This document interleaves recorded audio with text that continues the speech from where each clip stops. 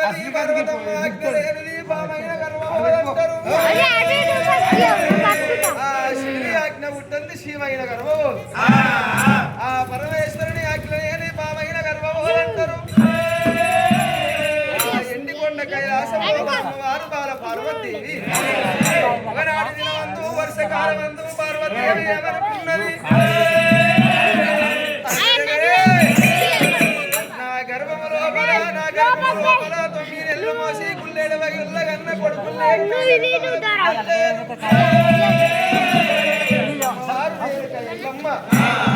వరాన పుట్టిన వరభక్తురాలు హరి కుమారస్వామి వరాన పుట్టిన వరభక్తుడే ఉన్నాడు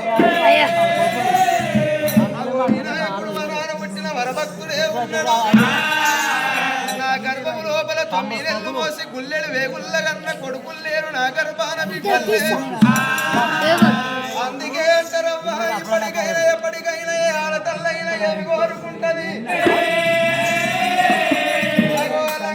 దొంగన ఒక కొడుకు కావాలి పుట్టిగా ఒక బిడ్డ కావాలంటారమ్మా వాడు లంగనో దొంగనో కొడుకు ఎందుకొరకు అయ్యమ్మ చిన్నాడు అగ్గి పెట్టడోడు కొడుకు కావాలంటారు మరి ఎడ్డిదో గుడ్డిదో ఒక బిడ్డ ఎందుకొరకవ్వా అయ్యవ్వ చిన్నాడు మీద పడి ఎడిసేందుకు బిడ్డలు కావాలంటారు మరి కన్నది కడుపు కావాలి కట్టింది బట్ట కావాలి కాళ్ళ మీద పడ్డది మైల కావాలి పక్క వారి సేన్ల 10 పుట్లు వండిన ఏమి లాభం మన సేన్ల కుంచెడు వండిన లాభమే ఇరుసు వండిన లాభమే ఆఖరికి గంపడి వండిన లాభమే అంటారమ్మా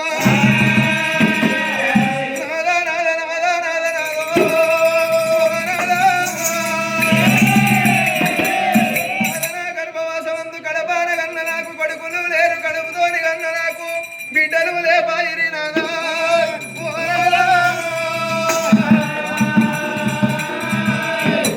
వరముతో పుట్టిన వరభక్తులు నా గర్భం లోపలున్నారు గాని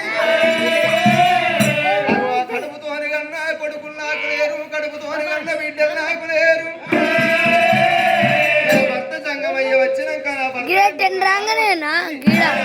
కొడుకులు కావాలి బిడ్డలు కావాలి అందరూ అడగలేను కొందరు కుసరవోనని పార్వతమ్మయ్య ఒకరు కాదు ఇద్దరు కాదు అంటే కన్న పేరే కావాలి కొంటే కొన్న పేరే కావాలి ఒకరు కాదు ఇద్దరు కాదు నా గర్భము లోపల అటుగా 100 మంది ఆడపిల్లలు కావాలి 100 మంది కొడుకులు కావాలంటున్నాని మనసులో పెట్టుకున్నది పార్వతి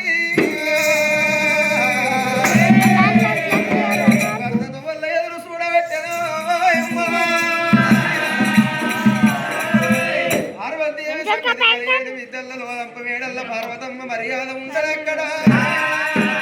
ఇవాళే కొండల్ల లోకాల సంగమయ్యా ఇప్పుడే నా భార్య పార్వతమ్మ